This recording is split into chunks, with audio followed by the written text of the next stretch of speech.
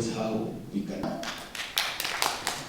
I want to conclude by promising Baba that we have had BBI, we have had handshake, and we are all working together, and we will dedicate ourselves to make sure that Baba is the next president of the Republic of Kenya.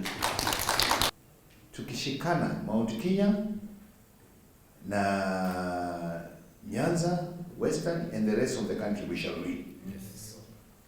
Because part of the president's legacy is to leave behind a united country.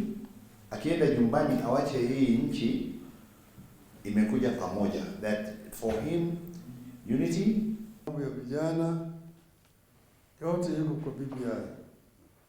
Hii BBI sisi tunasukuma. Hatutaki kuongea maneno mengi wakati huu. Mambo yuko kule, unajua. Iko kizimbani.